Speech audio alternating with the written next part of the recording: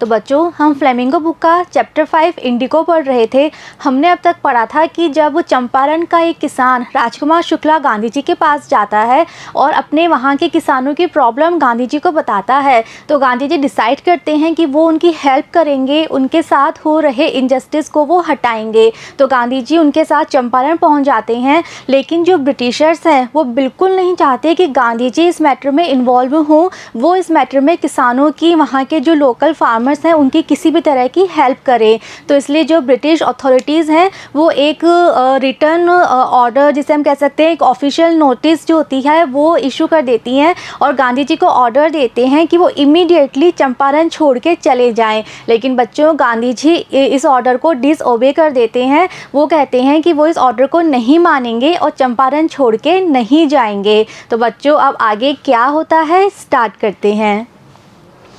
In consequence, Gandhi received a summons to appear in court the next day। तो बच्चों, जब गांधी जी ने डिसओबे करने का डिसीजन लिया, उन्होंने कहा कि वो ब्रिटिश अथॉरिटीज़ का ऑर्डर नहीं मानेंगे, तो उसका जो कॉन्सिक्वेंस था, कॉन्सिक्वेंस कहते हैं बच्चों परिणाम स्वरूप, यानी जो रिज़ल्ट आया, तो क्या रिज़ल्ट आया कि गांधी जी को एक समन मिला, यानी कि गांधी जी को वापस से एक ऑर्डर मिलता है और उस ऑर्डर में कहा गया कि नेक्स्ट डे उन्हें कोर्ट में अपीयर होना है। तो उन्होंने ब्रिटिश अथॉरिटीज़ का एक ऑर्डर नहीं माना, तो उनको एक वापस से कोर्ट में आने का, कोर्ट में उपस्थित होने का समन मिला। All night Gandhi remained awake. तो बच्चों, उस दिन पूरी रात गांधी जी अवेक यानी जागे हुए रहे, उन्हें नींद नहीं आई।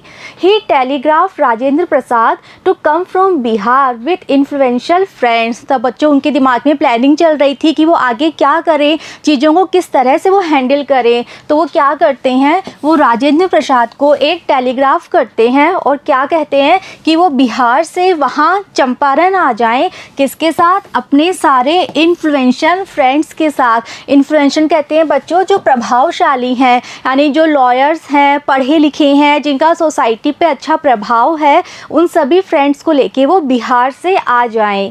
ही सेंट इंस्ट्रक्शंस टू द आश्रम। और साथ साथ गांधी जी ने क्या किया, जो उनका आश्रम था, हमने पढ़ा था ना अहमदाबाद में सेवाग्राम में उनका आश्रम था, तो जहाँ उनके आश्रम थे वहाँ भी उन्होंने इंस्ट्रक्शंस भेजे। इंस्ट्रक्शंस यानी निर्देश भेजे कि आगे क्या करना है, किस तरह से करना है। अगर मुझे जेल हो जाती है तो आश्रम के लोगों को किस तरह से आगे सारे काम करने हैं, तो वो उन्होंने पहले ही सारे इंस्ट्रक्शंस, सारे निर्देश वहाँ पर भेज दिए।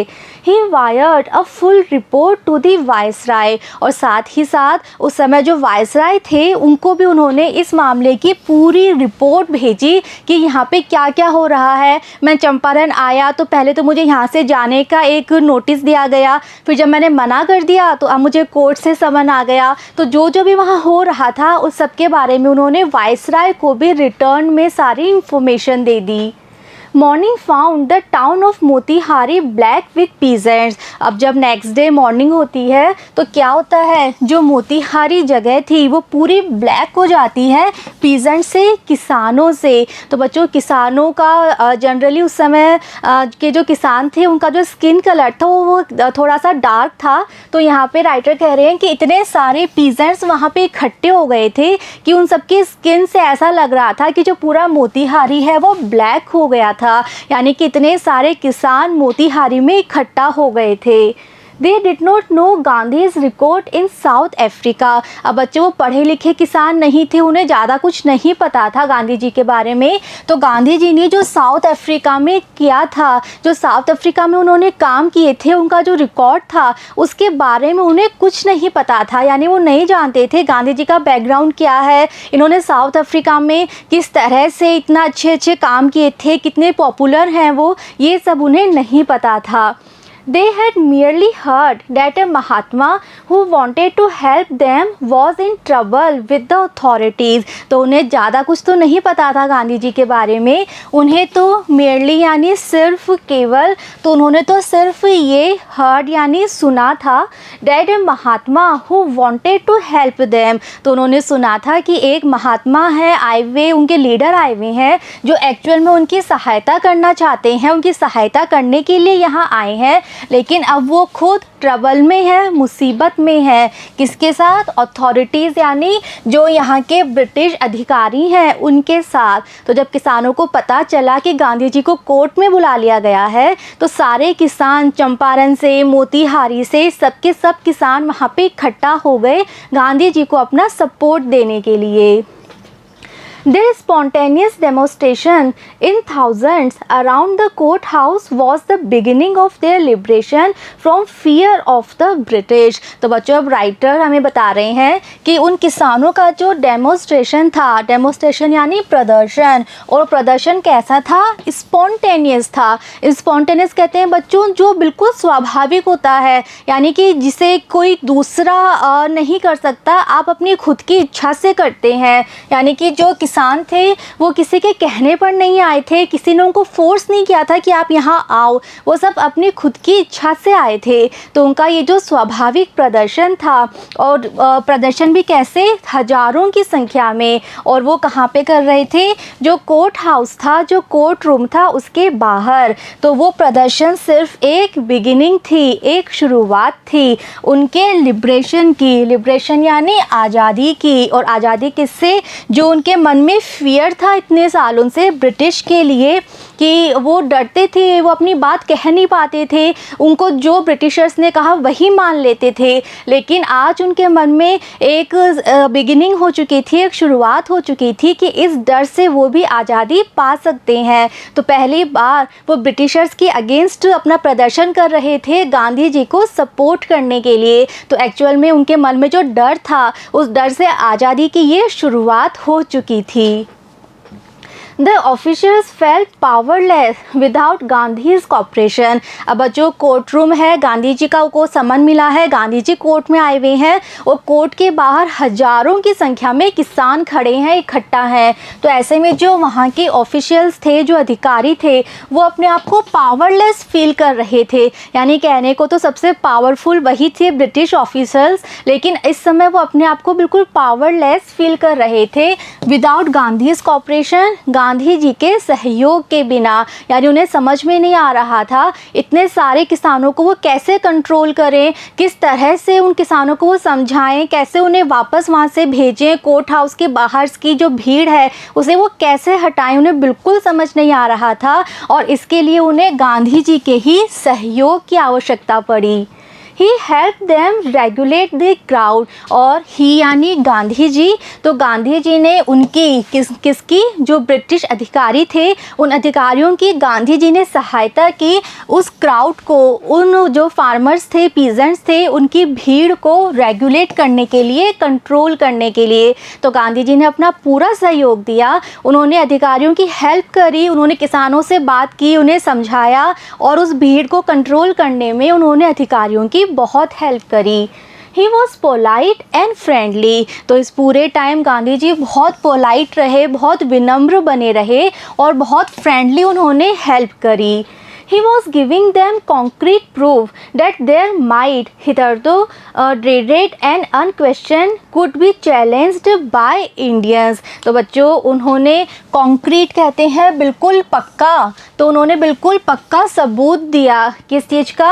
उन्होंने कहा कि आपकी जो माइट है, माइट कहते हैं शक्ति। तो गांधी जी ने ब्रिटिश अधिकारियों से कहा कि आपकी जो शक्ति है, ऐसी शक्ति जो कि हितरटू कहते हैं अभी तक, तो आपकी शक्ति अभी तक तो कैसी है? ड्रेडेड यानी डरावनी है, लोग आपकी शक्ति से, आपसे डरते हैं। और अनक्वेश्चन्ड है, कोई भी आपकी पावर पे क्वेश्चन नहीं कर सकता, आप जो चाहे वो कर सकते हो, कोई भी आपके किसी एक्ट पे क्वेश्चन नहीं कर सकता।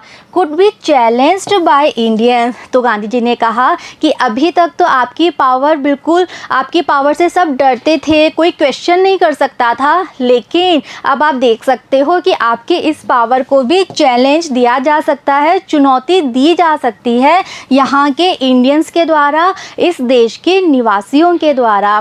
तो गांधी जी ने अपना ये मैसेज पहुँचाया। उन्होंने कहा कि आप अपनी शक्ति का मिसयूज़ कर रहे हो, लोग आपसे अभी तक डरते आए हैं, आपके किसी एक्ट पे क्वेश्चन नहीं कर सकते, लेकिन आज आप देख सकते हो हजारों की संख्या में किसान यहाँ इकट्ठा हैं। तो अब आप समझ लीजिए कि ये बिगिनिंग है, ये सिर्फ एक शुरुआत शुरुआत है और आपकी इस पावर को भी चुनौती दी जा सकती है।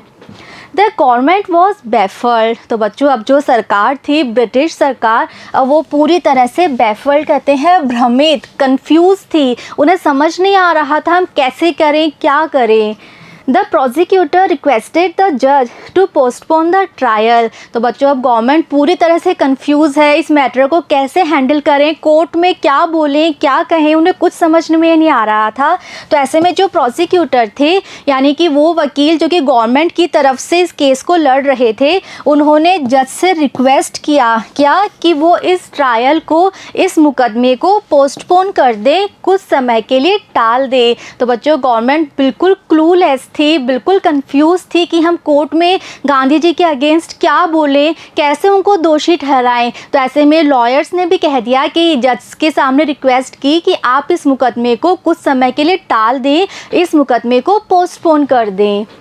Apparently the authorities wished to consult their superiors। और बच्चों, ये बात बिल्कुल apparently थी, यानी स्पष्ट थी, क्लियर थी। तो स्पष्ट रूप से जो लॉयर्स थे वो पोस्टपोन क्यों करना चाहते थे, तो वो इसलिए चाहते थे क्योंकि जो अथॉरिटीज़ थे, वहाँ के जो लॉयर्स थे, वो क्या चाहते थे, कंसल्ट करना चाहते थे, विचार विमर्श करना चाहते थे इस मामले में अपने सुपीरियर्स के साथ, अपने सीनियर्स के साथ। तो वहाँ के जो लोकल अथॉरिटी थे, उन्हें बिल्कुल आइडिया नहीं था हम कैसे इस सिचुएशन को कंट्रोल करें। तो लॉयर्स ने कहा कि इस मैटर को, इस ट्रायल को हम पोस्टपोन कर देते हैं तो हमें टाइम मिल जाएगा और हम अपने सीनियर्स के साथ कंसल्ट कर सकते हैं, वो हमें गाइड कर सकते हैं कि इस मैटर को हम आगे किस तरह से हैंडल करें।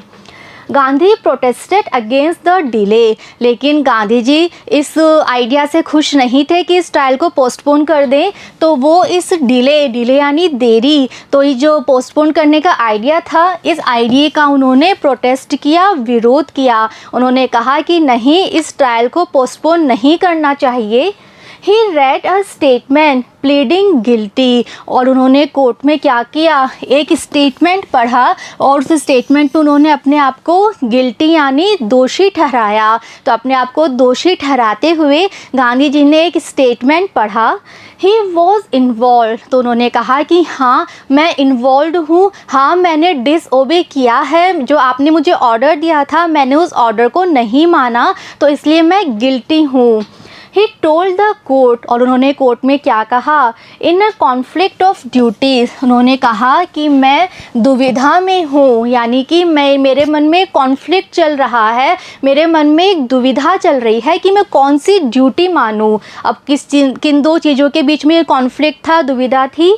On the one hand not to set a bad example as a law breaker. तो उन्होंने कहा कि मेरे मन में दो चीज़ों को लेकर दुविधा चल रही है, एक कॉन्फ्लिक्ट चल रहा है। तो एक तरफ तो मैं बिल्कुल नहीं चाहता कि मैं एक बैड एग्जाम्पल पेश करूं, किसका, लॉ ब्रेकर का। तो उन्होंने कहा कि मैंने जो ये लॉ ब्रेक किया है, कि आपने मुझे ऑर्डर दिया था और मैंने ऑर्डर को डिसओबे कर दिया, तो ऐसा करके मैं एक बैड एग्जाम्पल नहीं देना चाहता यहाँ के किसानों को।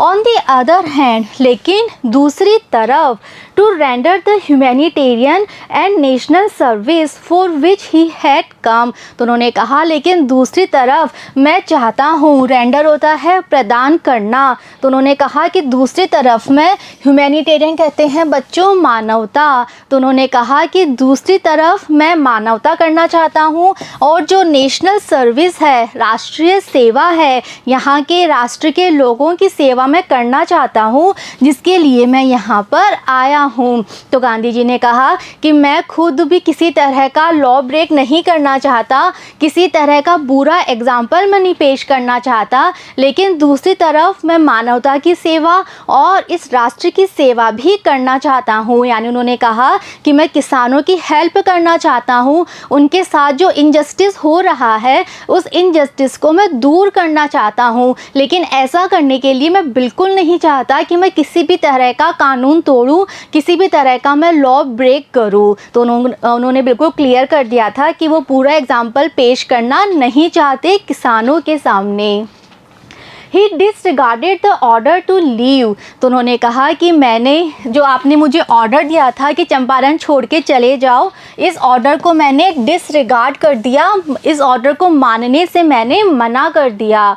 Not for want of respect for lawful authority, but in obedience to the higher law of our being, the voice of conscience। तो उन्होंने कहा कि मैंने डिसओबे तो किया है, लेकिन ये डिसओबे मैंने क्यों किया है? तो उन्होंने कहा कि यहाँ की जो लॉफुल अथॉरिटीज़ हैं, यानी कि जो कानून है, उस कानून की मैं डिसरेस्पेक्ट नहीं करना चाहता, बल्कि मैं क्या चाहता हूँ, मैं जो हायर लॉ है, यानी एक तो यहाँ का कानून जो आपका कानून है, आपकी गवर्नमेंट का कानून है, तो ऐसा नहीं है कि मैं आपके गवर्नमेंट के कानून को डिसओबे या डिसरेस्पेक्ट करना चाहता हूँ, बल्कि मैं उस हायर लॉ को ओबे करना चाहता हूँ। कौन सा हायर लॉ? हमारे स्वयं का, यानी द वॉइस ऑफ कॉन्शियस, हमारे अंतः चेतना की आवाज़। तो उन्होंने कहा कि मुझे बिल्कुल अच्छा नहीं लग रहा कि मैंने आपके ऑर्डर को डिसओबे कर दिया। ऐसा मैंने इसलिए नहीं किया कि मैं आपकी रेस्पेक्ट नहीं करता, आपके लॉ की रेस्पेक्ट नहीं करता,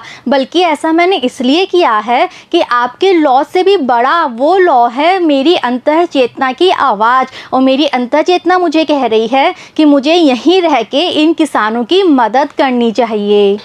he asked the penalty due. तो उन्होंने कहा कि हाँ मैं गिल्टी हूँ, तो आप जो भी मेरे ऊपर पेनल्टी लगती है, जो भी आप मुझे कहेंगे, वो पेनल्टी मैं देने के लिए तैयार हूँ। The magistrate announced that he would pronounce sentence after a 2-hour recess and asked Gandhi to furnish bail for those 120 minutes। तो गांधी जी की बात सुन के जो वहाँ के मजिस्ट्रेट थे, जो वहाँ के जज थे, उन्होंने ये अनाउंस किया, उन्होंने घोषणा की कि वो सेंटेंस प्रोनाउंस करेंगे। सेंटेंस होता है दंड। तो उन्होंने कहा कि वो जो सज़ा है, जो दंड है, वो सुनाएंगे कब? 2 आवर्स की रेसिस के बाद, यानी कि 2 घंटे के ब्रेक के बाद वो अपना फैसला सुनाएंगे। And asked Gandhi. तो उन्होंने गांधी जी से कहा कि जो 2 आवर्स में कितने मिनट होते हैं? 120। तो उन्होंने गांधी जी से कहा कि इन 2 आवर्स के लिए, 120 मिनट्स के लिए आपको क्या करना होगा? बेल देनी होगी। तो जज ने कहा कि मैं 2 घंटे के ब्रेक के बाद अपना फैसला सुनाऊंगा, और इस 2 घंटे के लिए, यानी कि 120 मिनट्स के लिए आपको बेल देनी होगी, आपको कुछ अमाउंट यहाँ कोर्ट में जमा कराना होगा। गांधी रिफ्यूज़। लेकिन गांधी जी ने मना कर दिया कि मैं कोई भी बेल नहीं दूंगा। द जज रिलीज्ड हिम विदाउट बेल। तो ऐसे में जब जज को लगा कि उनकी बात गांधी जी नहीं मान रहे हैं, तो जज के पास कोई और दूसरा रास्ता नहीं था, तो उन्होंने गांधी जी को बिना बेल के ही रिलीज़ कर दिया। 2 घंटे के लिए गांधी जी को छोड़ दिया। When the court reconvened, the judge said he would not deliver the judgment for several days। और 2 घंटे के बाद जब कोर्ट वापस से रिकन्वेंट, यानी पुनः बुलाया गया, जब मजिस्ट्रेट वापस कोर्ट में आते हैं, कोर्ट की कार्यवाही फिर से शुरू होती है, तो जज ने इस समय क्या कहा? He would not deliver the judgment for several days। तो उन्होंने कहा कि मैं बहुत दिनों तक अपना जजमेंट नहीं सुनाऊंगा, अपना फैसला नहीं सुनाऊंगा। यानी कि उन्होंने कहा कि मैं अभी फैसला नहीं सुनाऊंगा, कुछ दिनों के लिए मैं अपना फैसला अपने पास ही रखूंगा। Meanwhile he allowed Gandhi to remain at liberty. लेकिन उन्होंने कहा कि इस दौरान, मीनवाइल इस दौरान, गांधी जी फ्री हैं अपनी लिबर्टी से रहने के लिए, आज़ादी से रहने के लिए। यानी उन्होंने गांधी जी को जेल में जाने के लिए नहीं कहा, उन्होंने कहा कि गांधी जी फ्री हैं, वो आज़ादी से रह सकते हैं। राजेंद्र प्रसाद, ब्रिज किशोर बाबू, मौलाना मजरूल हक and several other prominent lawyers had arrived from Bihar. तो बच्चों, जज ने अपना फैसला अभी नहीं सुनाया था, लेकिन उन्होंने गांधी जी को पूरी तरह से फ्री भी नहीं किया था। उन्होंने कहा कि अभी आप फ्री हो, अभी मैं फैसला नहीं सुना रहा, और जब मैं फैसला सुनाऊंगा तो जो भी होगा मेरा डिसीजन, उसके अकॉर्डिंग हम एक्ट करेंगे। तो एक बार के लिए गांधी जी फ्री हो गए थे, लेकिन आगे क्या होगा किसी को नहीं पता था। तो ऐसे में अब आगे की रणनीति बनाने के लिए राजेंद्र प्रसाद, ब्रिज किशोर बाबू और मौलाना मजरूल हक, और इनके अलावा और भी बहुत सारे प्रोमिनेंट लॉयर्स, प्रोमिनेंट भी होते हैं प्रभावशाली, फेमस, तो वहाँ के जो जितने भी फेमस लॉयर्स थे, वो सभी आ चुके थे बिहार से गांधी जी से मिलने के लिए। दे कन्फर्ट विद गांधी, तो उन सभी जितने भी प्रोमिनेंट लॉयर्स थे उन सब ने गांधी जी के साथ कन्फर्ट यानी बातचीत करी, गांधी जी के साथ विचार विमर्श किया। What would they do if he was sentenced to prison? Gandhi asked, तो गांधी जी ने उन सबसे पूछा कि अगर गांधी जी को सेंटेंस टू प्रिजन जेल भेज दिया जाता है, यानी कि जब मजिस्ट्रेट अपना फैसला सुनाएंगे और उस फैसले के अकॉर्डिंग अगर गांधी जी को जेल भेज दिया जाएगा तो ऐसे में वो सारे लॉयर्स क्या करेंगे, ये गांधी जी ने उन सबसे पूछा। Why the senior lawyer replied, तो उसने भी सीनियर लॉयर्स थे उन सभी ने रिप्लाई यानी उत्तर देते हुए कहा, they had come to advise and help him, तो उन्होंने कहा कि हम सब तो यहाँ क्यों आए हैं, आपको एडवाइस करने के लिए और आपकी हेल्प करने के लिए। If he went to jail there would be nobody to advise and they would go home, तो उन सब लॉयर्स ने कहा कि हम तो यहाँ पे आपकी हेल्प करने के लिए आए हैं, आपको एडवाइस देने के लिए आए हैं, और अगर आप जेल चले जाओगे तो हमारा यहाँ पे क्या काम है, फिर हम यहाँ पे किसको एडवाइस देंगे और हम किसकी हेल्प करेंगे, तो हम भी अपने घर वापस चले जाएंगे। What about the injustice to the sharecroppers? Gandhi demanded, तो गांधी जी को ये बात सुन के अच्छा नहीं लगा। उन्होंने कहा कि अगर मुझे जेल हो जाएगी, मैं जेल के अंदर बंद हूँ और आप सभी भी वापस यहाँ से चले जाओगे, तो ऐसे में जो शेयरक्रॉपर्स हैं, जो यहाँ के किसान हैं, उनके साथ जो अन्याय हो रहा है उसका क्या होगा। तो गांधी जी ने कहा कि मैं यहाँ पे आया क्यों हूँ, शेयरक्रॉपर्स की हेल्प करने के लिए, तो अगर मुझे जेल हो जाएगी और आप भी चले जाओगे तो शेयर क्रॉपर्स की प्रॉब्लम तो वहीं की वहीं रहेगी, उनकी हेल्प फिर कौन करेगा। The lawyers withdrew to consult, तो गांधी जी की ये बात सुन के वो सारे लॉयर्स को लगा कि हाँ गांधी जी सही बात बोल रहे हैं, हमें तो कुछ करना चाहिए, तो वो वहाँ से चले जाते हैं आपस में विचार विमर्श करने के लिए। तो गांधी जी के सामने से वो थोड़ा अलग हट के आपस में बात करते हैं कि हम आगे क्या करेंगे। Rajendra Prasad has recorded the upshot of their consultation, तो उन्होंने आपस में जो बातचीत करी थी उसका जो रिज़ल्ट था वो राजेंद्र प्रसाद आके सुनाते हैं गांधी जी को। They thought amongst themselves that Gandhi was totally a stranger and yet he was prepared to go to prison for the sake of the peasants। तो उन लॉयर्स ने आपस में क्या विचार विमर्श किया, उन्होंने आपस में सोचा कि गांधी जी क्या हैं, पूरी तरह से स्ट्रेंजर हैं, अजनबी हैं, वो तो चंपारण जगह का नाम तक नहीं जानते थे, लेकिन वो पूरी तरह से अजनबी हैं यहाँ से, लेकिन उसके बाद भी वो पूरी तरह से प्रिपेयर हैं, तैयार हैं क्या करने के लिए, जेल जाने के लिए। और क्यों, यहाँ के पीजेंट्स, यहाँ के फार्मर्स के लिए। तो उन लॉयर्स ने अपने बातचीत का जो डिसीजन था वो ये लिया कि गांधी जी जो कि पूरी तरह से अजनबी हैं यहाँ के लिए, इस जगह के लिए, यहाँ के किसानों के लिए, लेकिन अजनबी होने के बाद भी वो यहाँ के किसानों के लिए जेल जाने को तैयार हैं।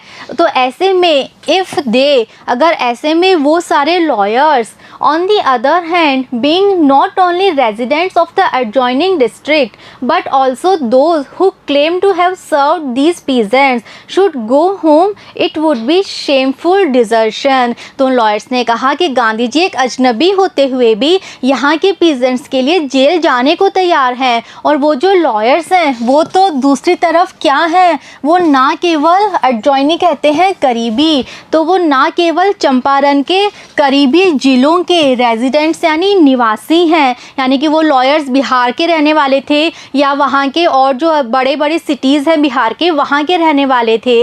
तो लॉयर्स ने कहा कि हम तो ना केवल यहाँ के करीबी जिलों के निवासी हैं बट ऑल्सो दोज, लेकिन इसके अलावा हम वो भी हैं जो कि क्लेम यानी दावा करते हैं to have served these peasants, कि हमने इन पीजेंट्स की हेल्प की है, हमने इन पीजेंट्स का केस कोर्ट में लड़ा है। तो अगर ऐसे में शुड गो होम, अगर ऐसे में हम इन पीजेंट्स को छोड़ के अपने अपने घर लौट जाएंगे, it would be shameful desertion, तो ऐसे में हमारा ये जो डिजर्शन होगा, ये जो पलायन होगा, ये बहुत ज़्यादा शेमफुल यानी शर्मनाक होगा। तो गांधी जी के कहने के बाद लॉयर्स का माइंड चेंज हो जाता है, उन्हें समझ में आता है कि उनकी भी ड्यूटी बनती है यहाँ के किसानों के लिए। जब गांधी जी बिल्कुल अजनबी हैं लेकिन वो जेल तक जाने को तैयार है यहाँ के किसानों के लिए, तो ऐसे में वो तो इन किसानों के करीबी जिलों के रहने वाले निवासी हैं और इन किसानों का उन्होंने केस भी लड़ा है कोर्ट में, तो ऐसे में उनकी भी ड्यूटी बनती है। और अगर वो किसानों को ऐसे ही छोड़ के चले जाएंगे तो उनके लिए बहुत ज़्यादा शर्मनाक बात होगी। तो लॉयर सब गांधी जी की बात समझ आते हैं। अब वो भी गांधी जी के इस मिशन में गांधी जी के साथ खड़े हो जाते हैं। तो बच्चों, अब गांधी जी और ये सारे लॉयर्स, ये प्रोमिनेंट जो वहाँ के लोग हैं, ये सब मिलकर सिचुएशन को कैसे हैंडल करते हैं और किसानों को कैसे न्याय दिलाते हैं, ये हम पढ़ेंगे नेक्स्ट वीडियो में। See you in the next video. Thank you.